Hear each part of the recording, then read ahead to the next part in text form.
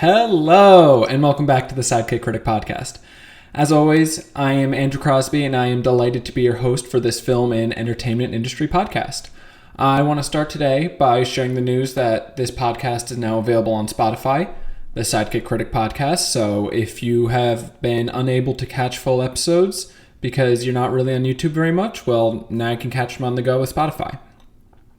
Additionally, make sure you follow me on TikTok and Instagram at Sidekick Critic, one word. I'm going to be posting stories there, reels, clips from episodes, whatever it is. That's where you can keep up to date with my feed. And that's kind of the housekeeping stuff I have to go over today. So I'm going to dive right in. Last Thursday on premiere night, I went and saw Ant-Man and the Wasp: Quantumania. I am a longtime Marvel fan, huge Marvel fan. It's kind of what really launched my interest into film. The amount of times I was going to theaters to catch Marvel movies, and it just snowballed from there. So before I get into the most recent release, Ant-Man and the Wasp, I'm going to kind of break down the MCU and where it's at currently. Obviously, the big question for a lot of people that aren't as in tune with Marvel as I am is the Disney Plus shows. What do you need to watch? What do you not need to watch? Are they good? So if you're really out of date on Marvel, I'm going to go back a little bit and kind of get you up to date on what you should and shouldn't watch or need to watch. To start, the first Disney Plus Marvel show was WandaVision. That show is vital, in my opinion, to watching and understanding Doctor Strange in the Multiverse of Madness. I really liked WandaVision. The first couple episodes were a little bit slow, but then it really picked up and it got really good. And the show is a lot better after the fact, after the events of Doctor Strange. So highly recommend, if you haven't seen Doctor Strange yet, watch WandaVision first. Additionally, Disney Plus put out an animated show, What If? It is not necessary at all, but I think that adds to the story of Doctor Strange a little bit. So I would recommend watching What If and WandaVision before you go into Doctor Strange if you have not seen it. If you have seen Doctor Strange and you were a little confused on how things were where they were, it's possible because you didn't watch WandaVision, you're a little confused on that. So WandaVision, I think, is worth a watch. What if you're not a fan of animated shows, I know a lot of people aren't, I'd say you could probably skip it, but it does have an interesting story of essentially what if in the Marvel Universe. What if Steve Rogers died, Captain America? What if Iron Man was saved before he became Iron Man, and all things like that? So it's worth checking out, in my opinion. From there, released at the end of last year was Black Panther 2, Wakanda Forever. There were no direct tie-ins that if you didn't watch the Disney Plus show, you'd be really lost in Black Panther. There's one character played by Julia Louis-Dreyfus who you would have just taken them as a new character, but she does appear in The Falcon and the Winter Soldier and in Hawkeye. So if you want a little more background on that character, or if you're trying to get caught up on all things Marvel, The Falcon and the Winter Soldier, Hawkeye, both good lead-ins to Wakanda Forever, in my opinion. For the release I'm going to be talking about today, Ant-Man and the Wasp: Quantumania, there's only one show that really has a tie-in in any way, and it's Loki. Loki immediately follows the events of Avengers Endgame and the time heist, as they call it, and Kang, the big bad guy in Ant-Man and the Wasp, and presumed to be the big bad guy going forward in the next couple phases of Marvel, is in the Loki show. So you can get a little more backstory and history on who Kang is. So I would check Loki out in terms of getting ready for Ant-Man and the Wasp: Quantumania. My girlfriend had not watched any of the Disney Plus shows and was going to the premiere of this with us, so we sat there and watched Loki in the 2-3 weeks leading up to Ant-Man, and she really enjoyed the show. I think it's one of the best, if not the best, Disney Plus Marvel show to come out to date. There are four of these Disney Plus shows that have not tied into any movies yet. First is Miss Marvel. Now, we know Miss Marvel is going to tie into the Marvels film, which releases later in this year. I believe it's in November it comes out. So before that comes out, you should watch Miss Marvel. It's very different. It's super lighthearted. It's not really adult like you could expect from Loki and WandaVision, Falcon. Those are all very adult, like comic book shows. But Miss Marvel is geared to a much younger audience, but it's really heartfelt and it is fun. I enjoyed it. It took me a while to watch it, but I was happy I watched it when I did. And that's going to be necessary viewing for when The Marvels comes out in November. Now, the other 3 shows from Disney Plus that have come out that don't really tie into anything yet are She-Hulk, which is just a witty comedy. It was enjoyable. It was fun. I laughed quite a bit at it. There were some cringy moments, as Marvel can be with their humor, but I think it was good overall. Moon Knight with Oscar Isaac, which I think is, in terms of quality, is some of the best work that Marvel has put out. I loved Moon Knight. I was sucked into it from the very first episode. That's one that I watched as it was released in real time, an episode coming out every Wednesday, I think it was. I loved Moon Knight, and it was great.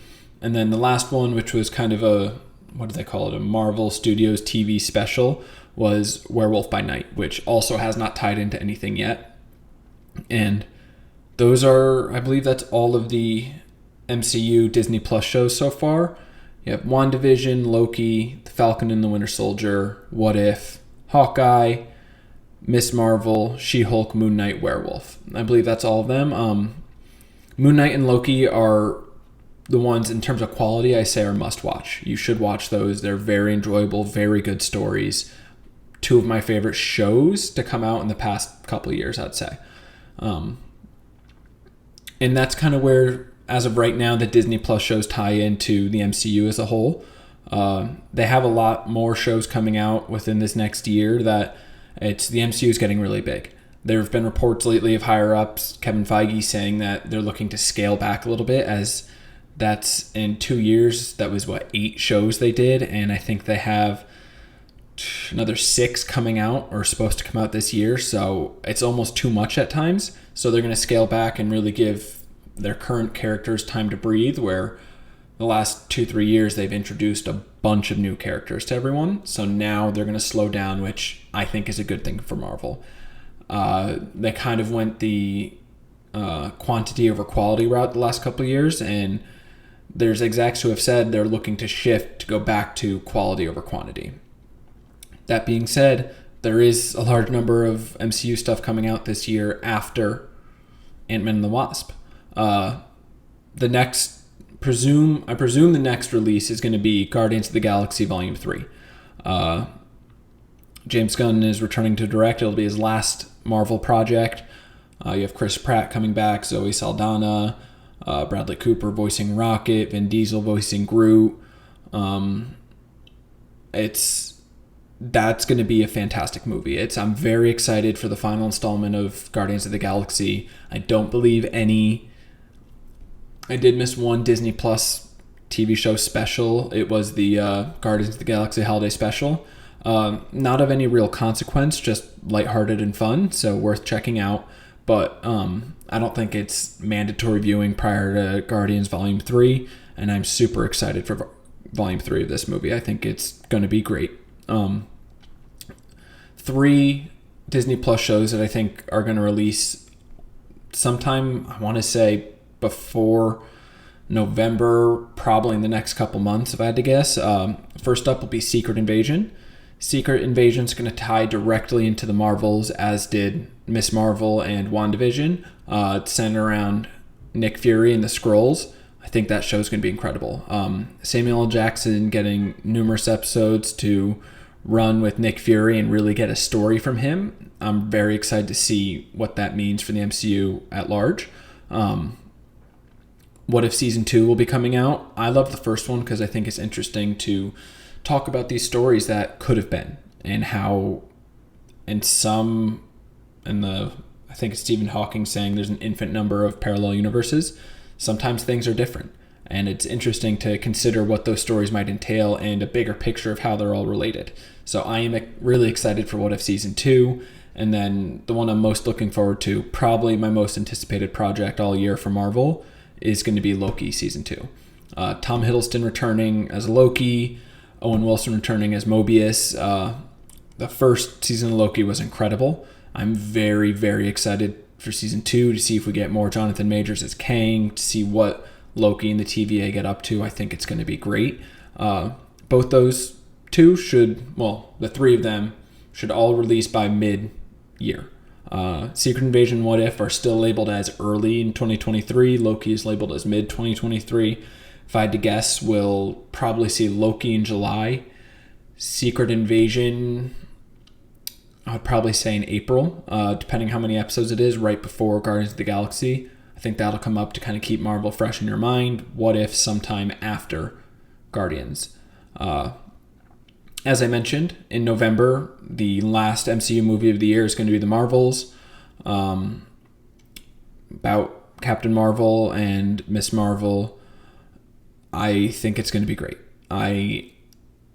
Captain Marvel was admittedly not my favorite MCU movie, but not through any fault of its own, just through, I think there are other better movies.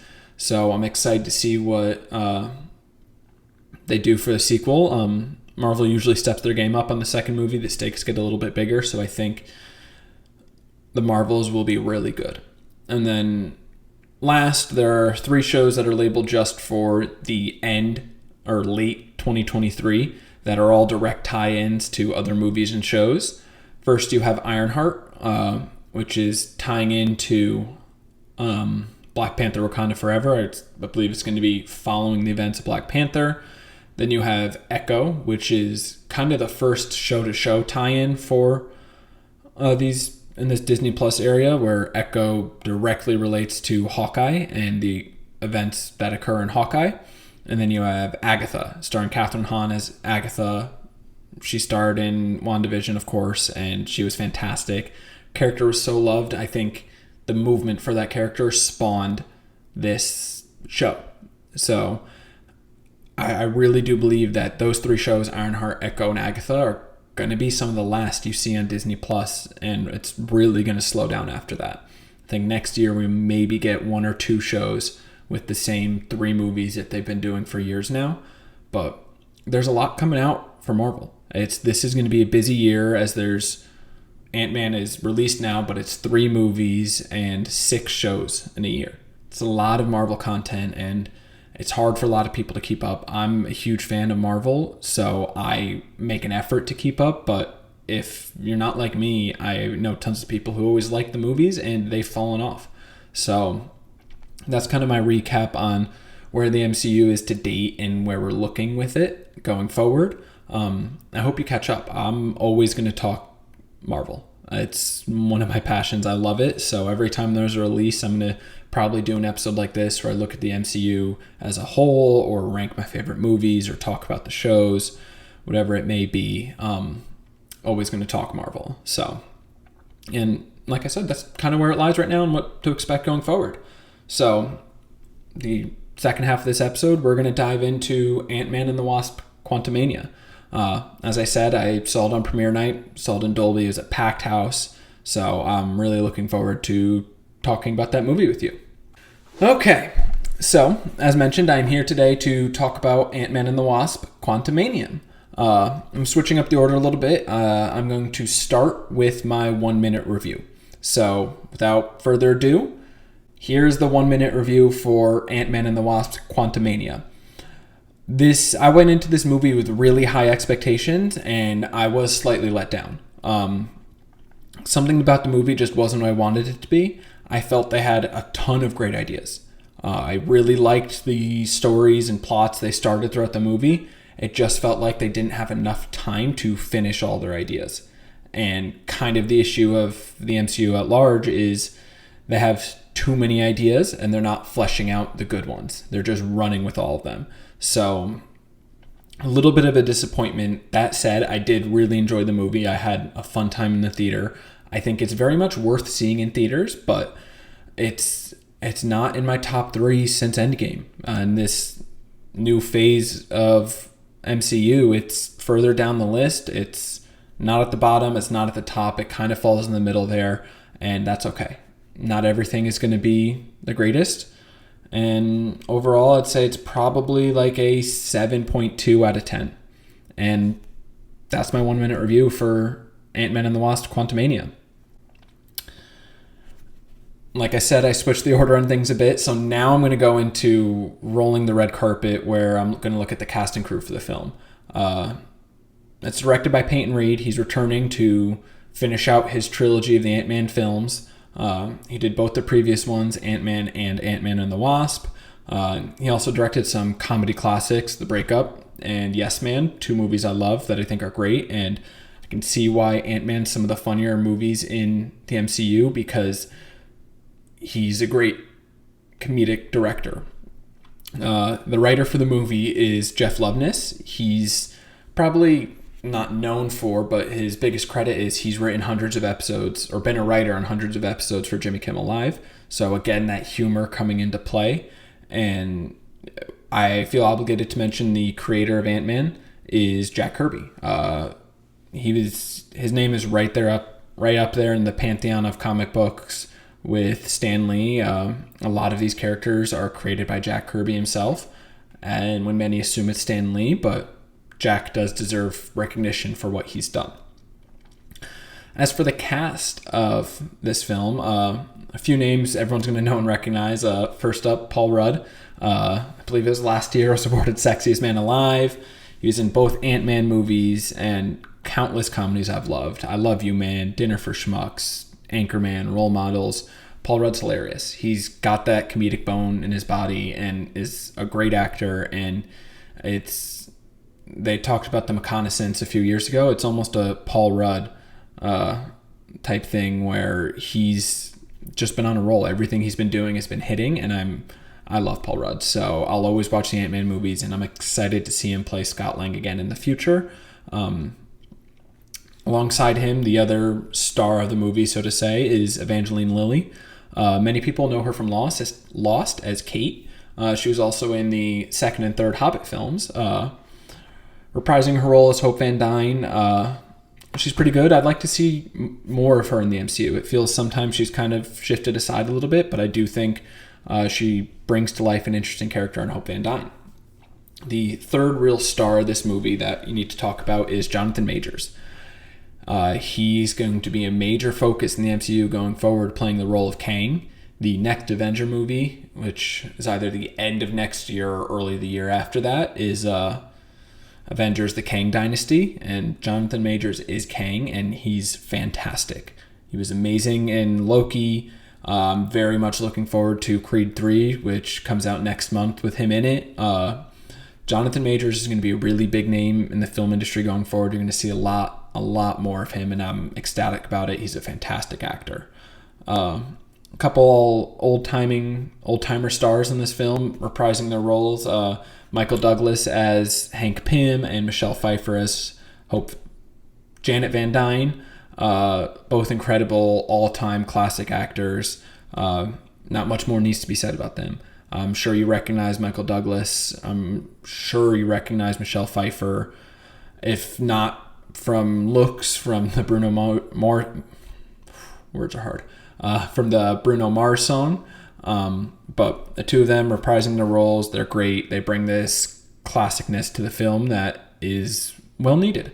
A change in the casting that first happened in Endgame and has been run with for this movie is Kathryn Newton playing Cassie. Scott Lang's daughter, Cassie, is grown up now. I believe she's 16 or 17 in the movie, and she's playing Cassie Lang. You may know her from Big Little Lies, which she was in 14 episodes of on HBO, or Pokemon Detective Pikachu. So it was exciting to get a new face in the MCU. And it's very rare that a role is recast. They had to for this to make the age work within the timeline, and I thoroughly enjoyed Kathryn Newton's work in the movie. And finally, reprising the role of MODOK is Corey Stoll. I love Corey. He's in House of Cards, the first Ant-Man film, as I cannot remember his name right now. He was in the first Ant-Man film. He was the antagonist in the first Ant-Man film. He's in Midnight in Paris, like I said, House of Cards. So it's great to get more Corey Stoll in this film, and a very comedic role that I'm excited for everyone to see. And that's the red carpet. That's the cast and the couple crew members I want to point out here. They all work really well together. You can tell it's a tight-knit cast and crew. It's noticeable in the film, the chemistry they all have together. After rolling the red carpet, I'm going into ticket sellers. The biggest ticket seller for Ant-Man and the Wasp: Quantumania is it's an MCU film. You have thousands of people who are going to go catch this movie solely because it's Marvel. It's their latest release, and that's okay. It's probably going to be a success because it just has that Marvel Studios attachment to it, and that's to be expected. Paul Rudd's also a big reason selling tickets. People are obsessed with Paul Rudd, and outside of it just being an MCU film, because people are starting to wait for those at home now, I think the comedic value of the previous two Ant-Man films will help propel this to a box office success. Those are probably two of the three funniest MCU films, so a lot of people like that comedy. They like a little bit of a less serious MCU movie, so they'll go catch this in the theaters and wait until Black Panther was released at home, as it was at the beginning of the month. As far as flops for the movie go, there's one real big concern that I kind of touched on at the top of this episode of MCU fatigue. They're doing a lot of work. They've put out 8 shows, 2 specials, and I think this is now the 5th or 6th movie in the last 2 years. So that's a lot of Marvel, and people are kind of getting tired of it. So you're going to have to contend with, some people won't go see the movie because they're just tired of Marvel. And that is what it is. That's going to be what it is. You can't change that. The movie's not going to flop, though. It's still going to be a success because it is Marvel. It'll take a long time and a lot of near failures before a Marvel movie truly is a box office flop. Speaking of the box office, we're going to look by the numbers for a second here. The biggest thing to look at by the numbers, of course, to start, is the budget. Around $200 million budget for this movie. Marvel is one of those companies, and Disney specifically, that has these ballooned budgets that are much bigger. Was it just Knock at the Cabin that I was talking about had a $20 million budget, so this is 10 times that. There's a ton of CGI and visual effects in these movies. You have these huge A-list actors, Paul Rudd, Evangeline Lilly, Jonathan Majors, Michael Douglas, Michelle Pfeiffer, who are going to eat up a lot of that budget. Disney and Marvel is a marketing machine that is going to add on to the budget. So, like I've talked about in the past, you are looking into that 2 to 3 times range for it to be profitable.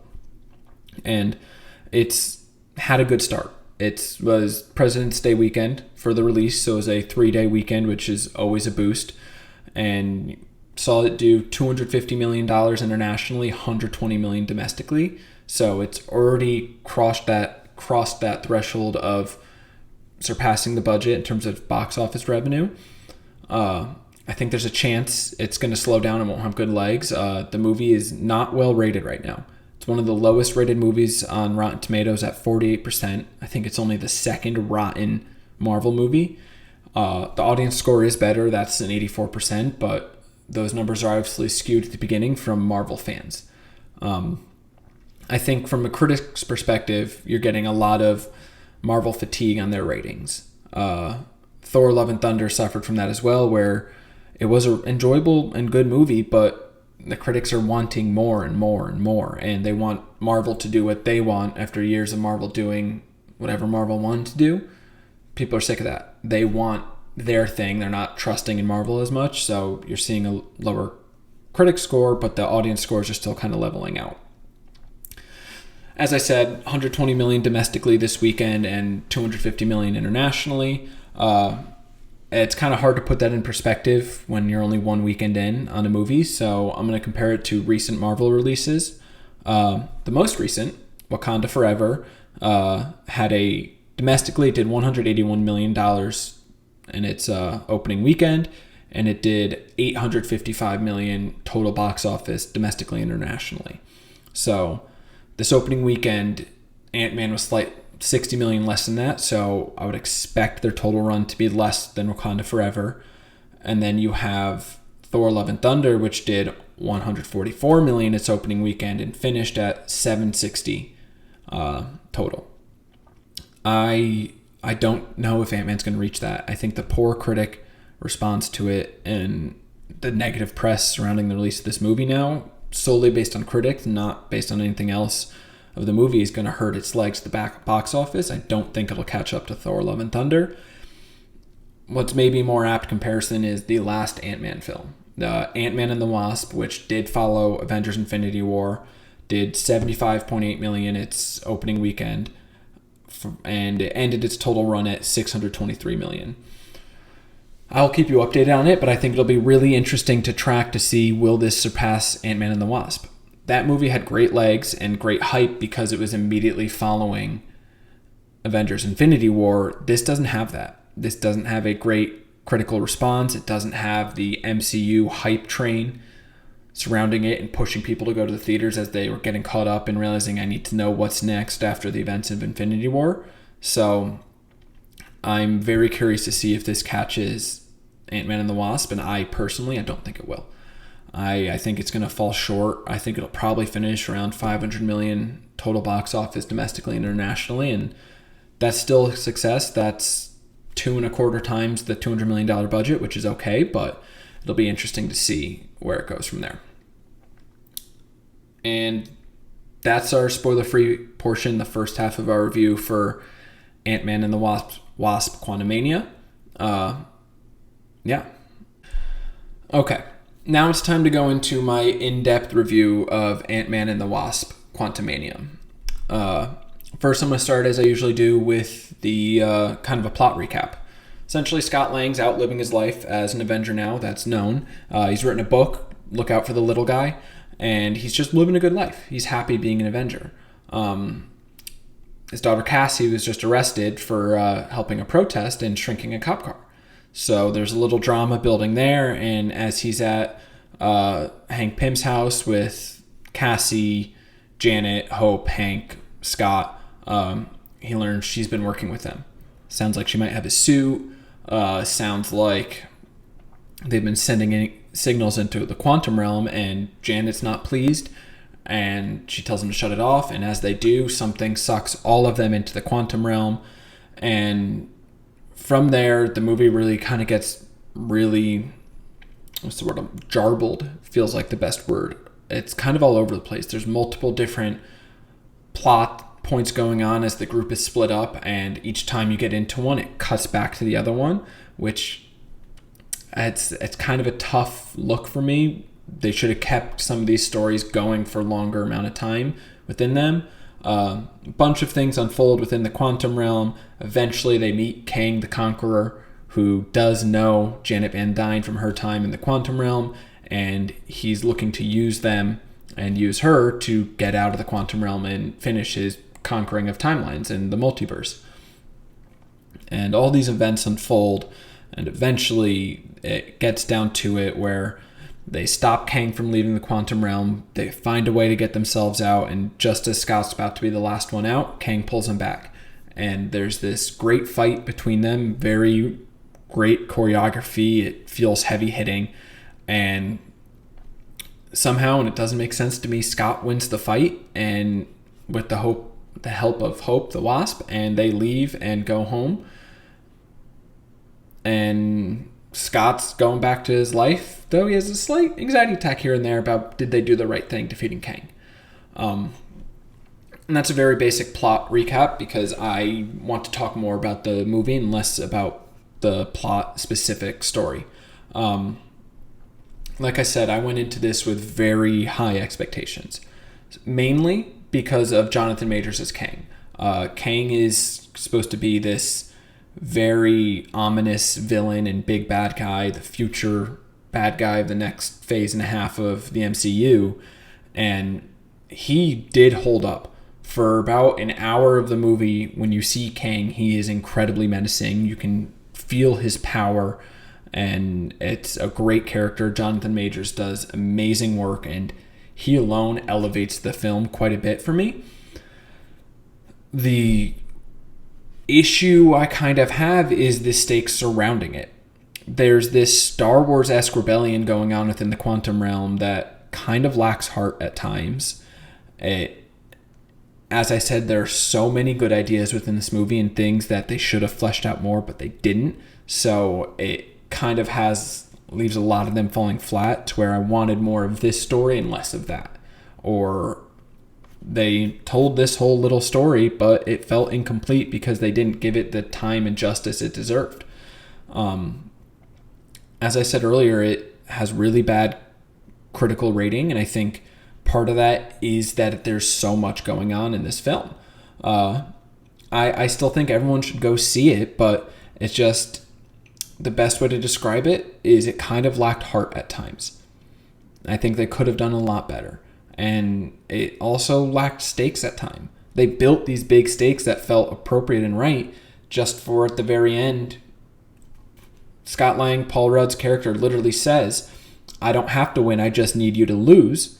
And not 5 seconds, but a minute later, there's a Deus Ex Machina of Hope coming back through the portal into the quantum realm and helping Scott defeat Kang, who was cutting down armies not 10 minutes earlier. They defeat him and they just leave when it's supposed to be Scott Lang's sacrifice for his family. And it kind of cheapened a little bit that he had what was about to be this great sacrifice and they took it all away. So sometimes that is what it is, but I would have liked to get more of that sacrifice, have it have stakes, and roll it into a fourth Ant-Man film of now getting Scott back, not getting Janet Van Dyne back. So overall, I did enjoy the movie. I think my opinion of it here and my review for it is lessened by the high expectations I had. As I talked about in Knock at the Cabin, this movie does have a good bit of a theme of sacrifice to it.